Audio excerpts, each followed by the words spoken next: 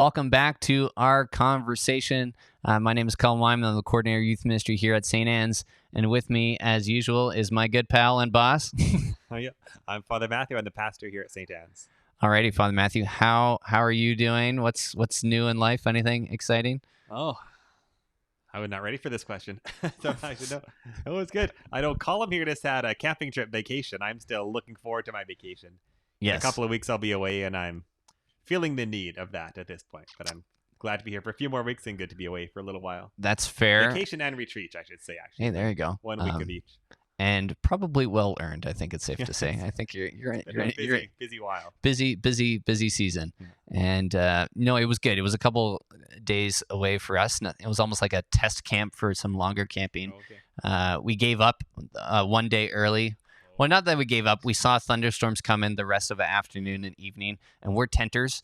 And for those that tent, know that packing up when everything is wet is basically the worst thing ever. And so we have a 7-month-old, and we're like, this was good. We don't have to stretch it. We packed up early, spent the whole day kind of at the beach and hanging out in the water. And it wasn't too much of a beach. The water level was high, but enough to have sand and get in the mud and cause some chaos for the kids. So yeah, and it was. You live was good. streamed mass from the campsite? Is that how you? So no, in the craziness of just where we are in technology and not knowing if we could get into the local church, which is pretty tiny, we ended up doing live stream. By the time we could get it and stream it well in the car, which was kind of neat. So we were listening to the liturgy, and then we actually got home and paused, and then actually. Because we transformed, we were having a campfire in the backyard. So my daughter and I, we did the consecration. We paused what we were doing, and it was like by the fire in the backyard, the rest of Mass. So it's, again, not the ideal situation, but kind of a unique. Not live streaming at that point, but watching it after. Yeah. So it was kind of like along as best you could. Yeah, it's going through the live stream, but not live at the same time. But COVID has created a lot of new encounters that we couldn't have expected. Yes. So that was a new one for us. Yeah. But I find I rely more and more on the fact of like God is outside of space and time, right? And so you can be present at the Mass even if you're not for sure physically and other ways present at the Mass. and you miss it too, right? Like I think we've talked about this before. Is it was weird, and I think that maybe as a jump in today's, you were talking about changes coming and how some changes are weird and we don't understand them. So it was neat to have a homily that was basically about that and just kind of acknowledging it before some little changes are coming. Yeah, and so this was an unusual homily in that, like, I hate to admit this on the internet, I didn't touch on the readings at all, actually, anywhere in this homily. And we're supposed to, generally, of course, focus on the readings, but liturgically, anything in the liturgy is preachable. That's kind of what I was playing on today. And yeah, we got a few changes to how we do the liturgy that are coming down the pipe, so it was just a time to dive a lot into those. And I thought first thing maybe we could talk about is just the idea of, like, making changes in general to how we worship. Mm-hmm. I know it's a challenging thing because, in part, like the liturgy is a timeless thing. So it's even weird to have these little tweaks to how we do it. Even the liturgy itself is beyond that. And also just practically, like, it's confusing for a while. It's awkward for a while and it's not comfortable for a while.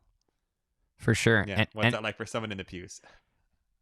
All of the above, right? But also, we say, the Mass has never changed. But then you think over the years and thousands of years, it's like the Mass is like constantly been changing, right? Like, there's the core components, but it's like we used to pray. My parents prayed it in Latin, and now most of us don't. Although that tradition is still there and beautiful as well. And but I think it can lead to we get into a certain rhythm, and there's a goodness about that. But there can also be a tripwire that suddenly things change, and you're like, what the heck is going on? Yeah. And that can cause some confusion or some frustration because we get into kind of our rhythms of what we like. But I've learned, at least being working in the church for a while, I love change in a certain space, not for its own sake, but it's an opportunity to actually grow in understanding. Mm-hmm. Because sometimes maybe I never really knew what I was doing. I just did it because we always did it.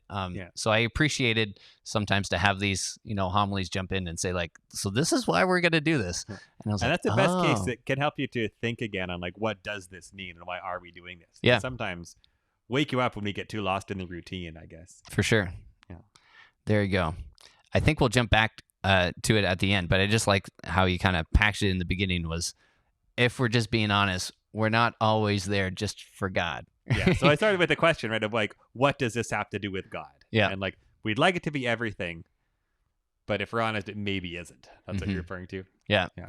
And then, as you unpack this a little bit, and we won't, I think, go into the nitty gritty of all of them, but more the bigger conversation of everything we do in the liturgy has meaning, and it's a good time to really say, like, the bishop didn't just write a letter to say, like, hey, it's COVID, life is crazy enough, let's toss some new changes. Like, I'm sure that was not on the brain of Bishop Mark. I like is it like we have been talking about this for a while, and the plan was to do it sometime in Lent to make these changes. Sure. But then that's when COVID happened, that delayed things. And then we were thinking, like, what is the good time to do this now? Yeah. But there's no good time or no normal time. So, yeah. And sometimes you find, even in our liturgical life, it seems, Advent, Lent, Easter, often we see liturgical changes that are even just seasonal, right? Like, we don't say the Alleluia, change in the Gloria or that kind of stuff, the gospel acclamation. So we're used to a certain rhythm of that. But when you want to bring in new changes, it's like, if you miss that chance, like, well, yeah, now's as good as ever. Yeah, or as bad as ever. Yeah, exactly. Well, I thought it was interesting. Was just, I guess there was the few quick things. Was really, it was mostly kind of about posture, and when we do postures was kind of the overarching this was all about thing. a few changes to posture. Mm-hmm. Yeah, that's true. So where do you think is the biggest confusion in your experience? Okay. I think lately, I guess, where we've had probably the most confusion is what to do after you receive communion. Yeah. And it really, it saddens me that has become a place of confusion, because it should be such a sacred moment. Well, it is such a sacred moment, objectively, when you just receive Jesus. And the fact that we have confusion there is really, it saddens me. And I hope that we're able to get rid of some of that confusion now. Yeah. And I think you preached on it as clearly as you could with the information that you're given, which is that the official directive is no official directive, which is, not always the easiest thing to hand down. But I think it's and I think we were even going to have a conversation here today about just like that there's value to each of those postures, and at its best. And I even notice it too, when I'm like, if I'm more concerned about what my actual posture is, I'm missing the point of what I'm supposed to be entering into or reflecting into in that time. But I think stuff like this, of having at least clear guidelines to say, you were even saying sometimes maybe we've done the wrong thing or done the right thing, but there was a beauty to even the obedience of just following along. And I appreciated that, and I suspect others will appreciate that as well. Yeah, right? There's a gift to humility of just saying, I don't always fully understand. Maybe it's not the posture that I love or naturally inclined to, but for the sake of kind of unity and celebrating well, we're gonna do this together. And then it gets to my closing point. We'll get to maybe in a little while. You have the idea of kind of losing yourself in the liturgy. It's not about me. Mm-hmm. But I want to, before we get that, if we talk maybe a little bit about like, what is the beauty of standing at Mass, and the beauty of sitting, and the beauty of kneeling, like those three, the meaningfulness of the three. And it's like, what strikes out always with me, with maybe standing to start with, that is that standing to me shows like there's something important happening here, in a sense. Like, if someone walks into the room and you stand up, it's a way of sort of recognizing the person, right? Or honoring the person. Yeah. And so liturgically, those moments when we stand is something saying like there's something more special than usual maybe happening at this moment. I think you even said in the homily, right? Like, if you're in a meeting and somebody stands up to say what they have to say, they're like, oh, they really care about what they're going to say, like, or even, sometimes I think I like Christmas or Easter, big family celebrations. We're all standing in a circle, we're sitting, and, the head of the household maybe stands or leads a prayer or whatever. Like, there's a certain attentiveness of like, okay, we are directed towards something. I think it's David Wells who does a lot of stuff for teachers and people in the church ministry and leadership. And he was at a conference, and the theme was standing in the light. Okay. And sometimes just the sense of like all you can do is just stand and be present, that you're, stand at attention. And so it was interesting. It was a very kind of basic thing, but I was like, sometimes all I can do is just acknowledge what I'm in. And so even at the beginning of Mass or at the end, it's like, we're going to acknowledge that we are beginning something together, right? And there's a beauty to that, and There's, I think, part of what it does to us too. It kind of helps us to be more attentive. Mhm. Like I'm especially like kind of reclining like this. Like this is not an attentive posture exactly. I can still be listening, but it's not the same as even sitting up is more so. Yeah. But standing is even another level. Yeah. And I think that's, as we kind of unpack that, is like all the postures have a beauty and appropriateness and a natural inclination in periods of our life where we're like, yeah, that posture makes sense, right? And I would want to do that. And I've always been kind of like, not caught off guard, but just surprised how much my physical posture affects my prayer. Oh yeah. And I think it's important to notice that, is to say, what is my body, the theology of my body, to get into that. Like what is it saying? What are we saying as a community when we kind of do this? And to kind of unpack that, because even for the thing of standing, we often think it is the most kind of passive posture at church. Sometimes it's the more like ordinary one. But I think that's maybe the problem of sometimes routine, is we fall into that trap where really it means, we're at attention. But yet sometimes, if I'm being real, it's probably the point when I might be at having the least attention, because I can hide in the crowd. You know what I mean?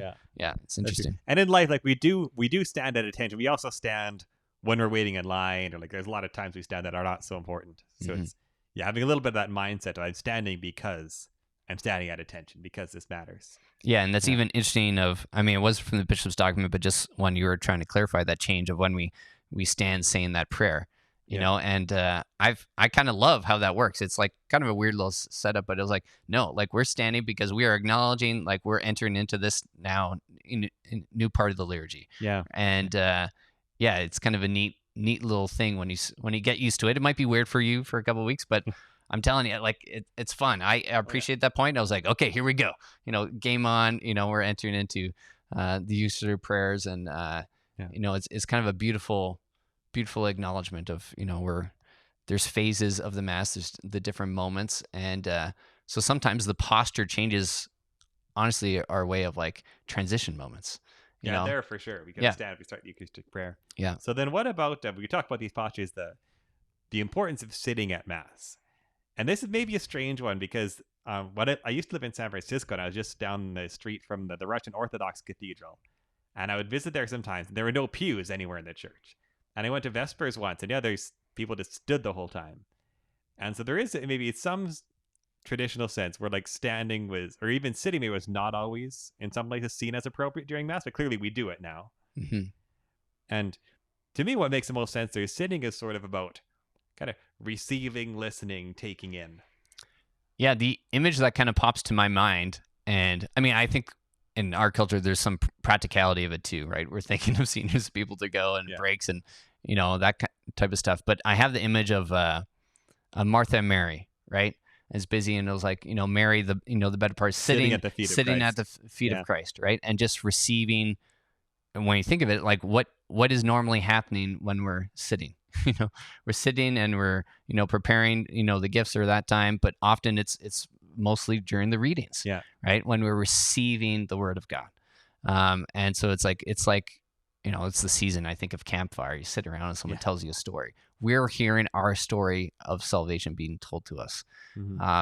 It's like when I used to visit my grandmother, and just to sit beside her and hear the stories, right? There was a beauty to that as well. Sit down and take it in.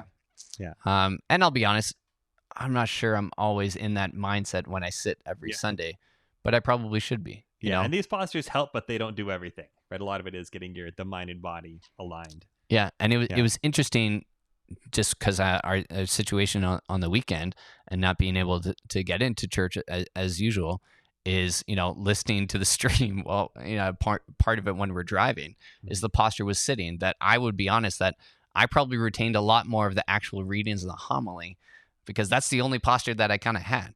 But what was also interesting is I noticed I couldn't stand, when the Alleluia goes, I was like, wait, I'm driving. I can't do this. It was interesting that I appreciated in one form being in one posture, but then I kind of resented at one point not being able to do the others. And this is, I think it's too bad for this conversation we don't have someone who is like not able to stand with us in this conversation. Mm-hmm. Because there are people with us every Sunday who can't do these things with us. Yep. Who can't sit or can't stand or can't kneel with us. And that is, I imagine, its own hardship to a certain extent, not being able to move into these postures. Yeah, for sure. And I that's a blind spot, in my own life, is like, I can't speak to that reality. Right. Yeah. But even as a parish community, is to be aware of that, or even, understand that to some degree, even with the live stream and the idea of ministry to the shut-ins, those who are unable to come, right, is to pay attention to how we're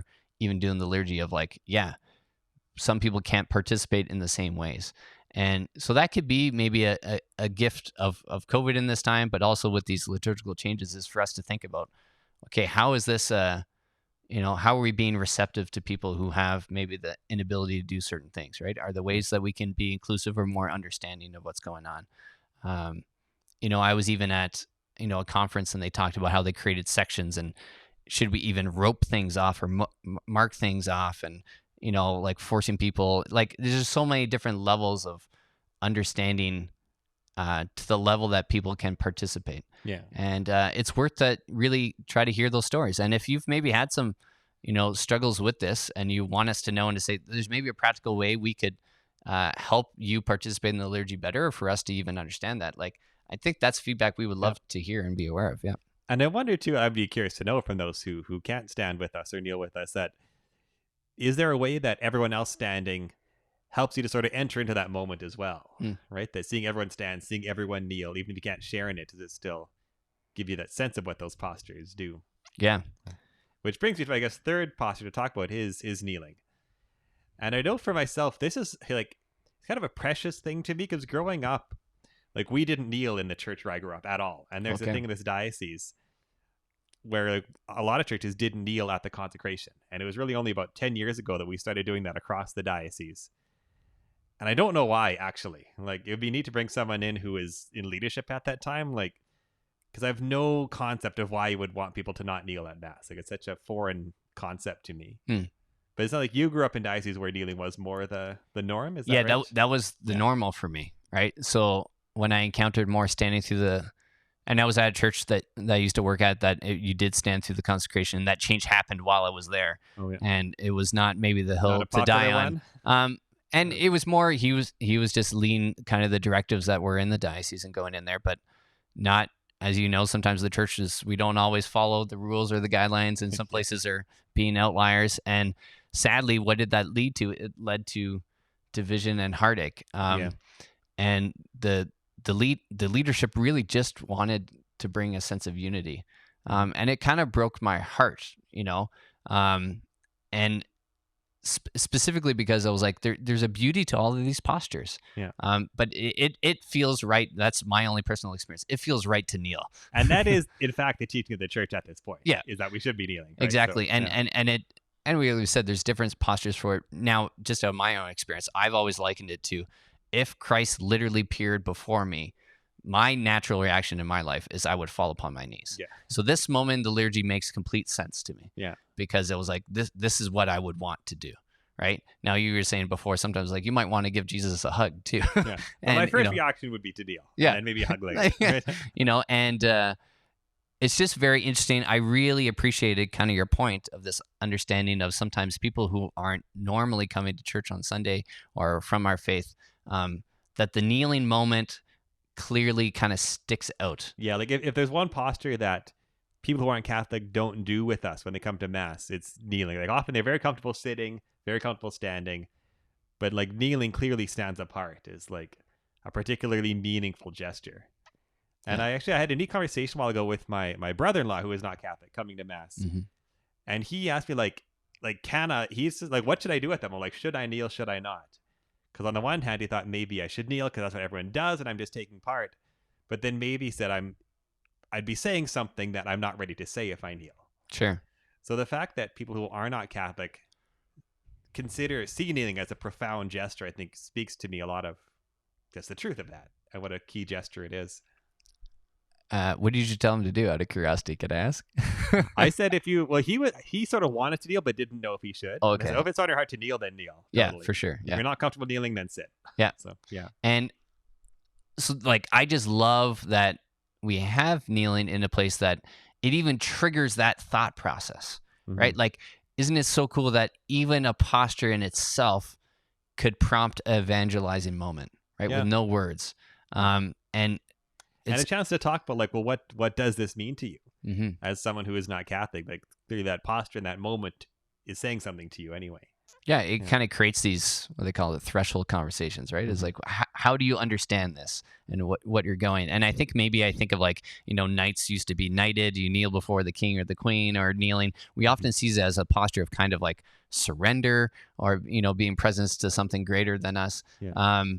And so I've always just loved. There's some quote I used to have it at the bottom of my email. I forget which saint it was, but it basically said, "There's nothing more powerful to a child than seeing a father on his knees."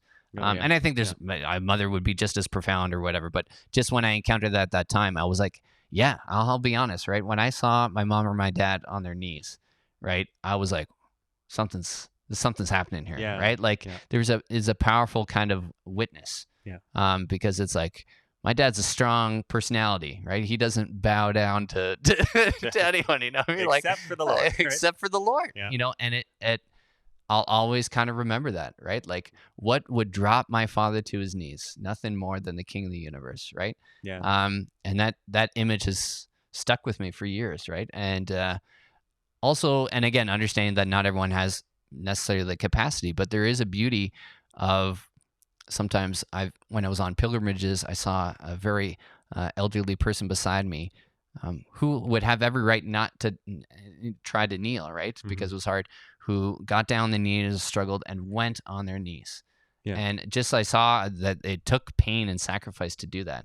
And that was kind of eye-opening to me, right? Mm-hmm. To say, do I believe what is happening on the altar, right? That I'm willing to endure that pain. My wife and I, on our honeymoon, at the end of the trip, got to go to Fatima. And so sometimes you'll see people that will do different sacrifices or pilgrimages, but often there's a big path that people will walk all on their knees, right? Well, as they're praying the rosary, we'll do it on their knees, on the marble, all the way kind of through the courtyard. And I was just like, wow. I was like, you got to believe what you believe to do that, and so there's a big gesture we can make in our postures, right? And sometimes we have to be willing to know that the Lord is speaking through our posture, not just into our own hearts, but into those around us. And to trust the liturgy sometimes is doing more. It's not just about you, which is kind of where you wrapped up here. And it reminded me, just in postures in general, maybe not so much about kneeling, of just sometimes we take these things for granted. So we used to organize, and hopefully they'll probably still happen here at some point again, hopefully, these things called Night Fever, where some of the festivals we had in the city, we would have a time of prayer and adoration at St. Paul's, or I think St. Joe's, they would do it. Yeah. And there was an opportunity one time I was helping coordinate, and this man walked in, wasn't Catholic, any context, and he saw people. It was adoration. There's people singing, standing, a lot of people kneeling, and basically the door of the church open, and we're inviting people to come in. We're just inviting people in. We kind of offer them a candle, right? Yeah. It's just pure invitation, right? It's no kind of pressure in at all. And so he was at like Taste of Saskatchewan or whatever, just saw the music, heard the music, saw people offering a candle, and he kind of walked up and he just looked at me, and he just saw the posture of people praying, and he says, should I take my sandals off? That's neat. And it blew my mind. I was like, what? And I was like, oh, like holy ground. Yeah. Right. And how was he triggered by holy ground? Yeah, it could have been, well, literally the Lord is there in the adoration, in the Blessed Sacrament and the music. But I think often, and quite possibly he was struck by the posture of the people in there. Yeah. Right. And that it spoke to him that this was a holy place, and what is the appropriate way to respond. And even though I said, you can do what you want if you feel comfortable, that's tradition or whatever. Yeah. But I left there and I was like, man, maybe I should be taking my sandals off, right? Like maybe I need to be falling on my knees, not just because that's what we do now, but because, that's what the appropriate response to be in the presence of our Lord. Yeah. Yeah. That's great. So then it kind of in general, I guess, where this brings us to is the idea of, and I tried to close with this point because my one worry with giving a sort of a homily is you can get so caught up in like the weeds and the rules and everything that sometimes, and I think the changes are pretty minimal and easy enough to implement. Sure. But sometimes the liturgical changes are difficult and they're controversial. Like, in your parish where they tried to change the kneeling at the consecration thing, like it can make the liturgy a source of division, which we don't want to do. And even if not that, if people get too like focused on the postures and the rules and lose sight of the heart of it, and the heart of it being losing ourselves in the liturgy to give ourselves to God. So Well, how do we make that happen? I guess that's the $1 million question. Well, what about maybe first, like, if it's not about God, what other things can we sometimes make it to be about? Because I think we all know those temptations, right? Yeah, exactly. And I think that's a good place. Is maybe the challenge here is to check ourselves, right? And to check, like, why are we gathering? And I remember the first few years when Sharon and I were married, and I started working in the church, and we're at St. Anne's because, well, this is her sister and her family were coming here, so that's kind of where we just ended up. And then we were like, oh well, we started to come, and we're like, well, we're coming to 11. And I was like, why are you guys going to 11? It's not really the time that our family kind of works. And I was like, well, we really love the music, and the music, the music ministry is wonderful. Yeah. I mean, at all our masses, but we were at that time, I was like, man, this is awesome. Yeah. And there was a period of time where we had this kind of reflection that Sharon was like, we have to stop going to 11. And this is us personally, okay? Yeah. I'm not saying other people have to do it, because Sharon was like, she's a music minister and into it. She's like, I was getting so caught up that the music was so awesome, I kind of forgot why I was here. Like, and that's her personal disposition, right? I'm not saying that happens to everyone. It also helps lead to prayer, right? Mm-hmm. But she's like, but that's a lot of insight on her part to see that. Yeah, it was very interesting that Cole, she's like, I think I'm coming more because the music than I'm coming for Jesus, and to say, like, ultimately is like, I want to come for all of the above, right? Yeah. So the question is, like, am I coming to St. Anne's because I really love the homilies, right? Father Matt, you're just knocking them out, right? And they literally, you're a good preacher, But it's like, we also, some people I've hear a lot that people really love the community and the friends that they have here, and it's an opportunity to see each other, and that community has been a real gift to to people in the periods of their life. But it's also like, do we see Christ in the community? Do we see Christ's love through our fellow parishioners? Do we see that the music ministry is not just wonderful to hear, but is helping you pray well? Am I coming here because I need the Eucharist, that understanding of it as nourishment, as spiritual food? And I think those are good questions to ask. Because going back to that other parish was that there was a long period of time that I was more caught up in who was standing, who wasn't kneeling, being bummed that there was division, and not just focused on losing myself in the liturgy, losing myself in my prayer. In a weird way, I think some of the best liturgies I've ever been a part of are where there's like a sense of timelessness. That, like, it kind of just, I lose all kind of context of what's going on except the encounter of prayer. And I was talking when I was in seminary, actually, I was talking with some of the Benedictine monks who ran my seminary that I went to, and they're talking about, like, sort of people who, like, don't like being in front of people or talking in front of people. Like, if you ever get nervous at mass, basically, was a question. And the monk said, like, it can happen, of course, but he said what you want to do is to lose yourself in the liturgy. That was a word that they would use. And so it's because not about me standing up there doing the prayers, but it's about this liturgy that we're all a part of. And as much as I'm with you, like, the more that I'm able to do that, the more I pray, I guess, in the liturgy. And I think I would invite people, it's been an experience in my life that the more that I've kind of essentially kind of surrendered to the rules, surrendered to the structure, it kind of gives a sense of freedom, of encounter. It's kind of the beauty. I mean, it's part of your kind of, part of your gig as being a priest, but the liturgy of the hours, right? And there's a certain structure to it, right? And it can be, habitual in a certain way, but there's also a freedom, right, of praying the, the canticles, and, you get them memorized, and it allows maybe yourself to enter into another experience of prayer. And I used to always be struck with that, sometimes going to Munster and hanging out with the monks, and those, they're praying 5-7 times a day or whatever they gather. I don't know how much it is, but I was like, man, like, but the rule of Saint Benedict, yet some of those monks seem to be some of the freest people I've ever met. Yet they live some of the strictest liturgical and practical kind of lives, right, of how they live. And yeah, I think I just like try to accept the teachings, and then just try to pray well in the structure that the church gives us, and just try to trust the wisdom of the church. More often than not, well, I think almost all the time, in the end, the church is going to guide us into, hopefully a life of deeper prayer. So I leave those big questions for the bigger guys. Another question at another time would be, how do you do that with kids? But that would just to drop that now. I don't know if we can dive. That would be a whole other conversation. Could be praying well with kids. No perfect answers, right? In fairness, is my liturgical experience deeper now than when I was a single guy? It was easier to pray well when I was by myself. Let's be real. But I've also started to see the gift of my children and how they encounter prayer has been a real grace to me. But also, I think my only tip could be is like, I've also adjusted my expectations. Oh yeah. More in the sense of like what I define as like a holy experience of liturgy. Okay. Yeah. You know what I mean? Like, I think sometimes we have this image of what the perfect experience of Sunday Mass is with the kids. They're all on their knees. They're all Jacinta's in ecstasy, when we see her communion. And I was like, well, no, a baby's going to be crawling over my face. Ezra's going to be tugging on my shoulder, but there can be a beauty in that too. Right. Yeah.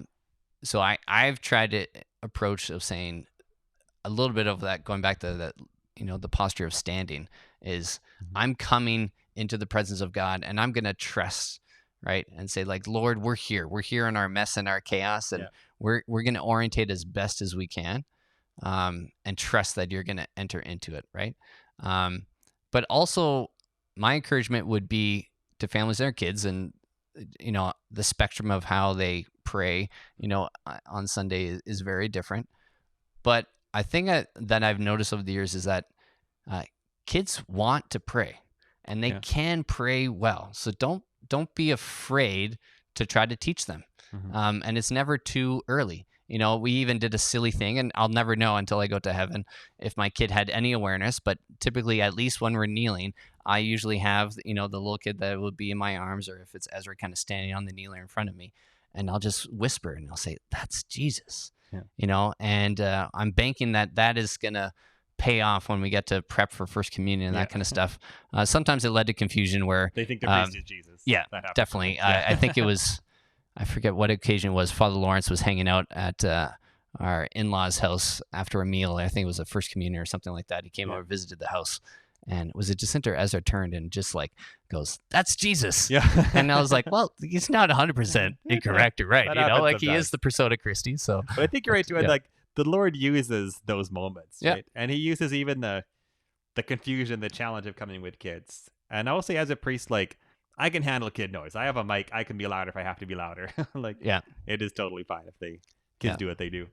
And I think there's a beauty to routine and to the rhythm of the liturgy, that, in premise, it does get a little bit easier when they get exposed to it and they see it and they see what's going on.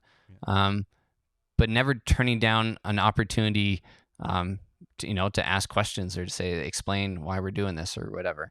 And, I won't apologize. Like sometimes it was like, I'll be whispering Mass. It's like when I'm talking Mass, and I was like, well, like, I want my kid to know why I'm doing this, or at least to orientate, to say, you can do crayons, but at least for this next 2 minutes, I'm going to try to turn your body around so you're looking upon the altar, right? Yeah. And I mean, you just try your best, right? And it says Scripture, let the little children come. Not at the age of 12 when they have full reason and understanding can they sit in the pew. No, you're there from day one, right? And they deserve to be there, because we had some people asking too, especially when masses were more limited, like, should I bring my kids if they can't receive communion? Yeah. Like, yes, absolutely. Like, they belong there as much as anybody else. Yeah. I think that was, a great message to kind of hear. I mean, we even thought about practically too. It was like, oh, are we just taking up a spot, And I was like, well, what is that message we're sending to our kids as well, right? Yeah. In that sense. Yeah. No, I think it's very, very true. And it gave me things to think about, like even going back to sometimes, maybe not at Mass, but the idea of just postures of, man, maybe I need to, pray we pray evening prayer, but we don't always pray it on our knees. And I was like, well, maybe I'm gonna try like I used to do to like, you know, kneel at the end of my bed. That hasn't been so much a habit in our family. And I was like, well, maybe I can try that a little bit, right? They think, yeah, you're right, because these postures, like, they speak to us. I'm sure they speak to kids too, right? And they have a sense of these postures doing different things internally. Yeah, for sure. All right. Well, that's it. So we're going to try to implement these changes over the next few weeks. It may be a little confusing for a while, but in 2 months, it'll feel like we've always done it that way, I'm sure. Totally. We did that 5 years ago, 10 years ago. 10 years ago it was. Was it 10 years ago? I was a brand new priest 10 years ago all these changes came in. Yeah, time flies, man. Oh, yeah. And, you know, we're all in this together, you know, and ultimately just that we have that orientation. We're doing this for God. We're not doing this for ourselves, you know, and I think if we keep that order, even if it's a little awkward and we're stumbling forward, we'll be all right.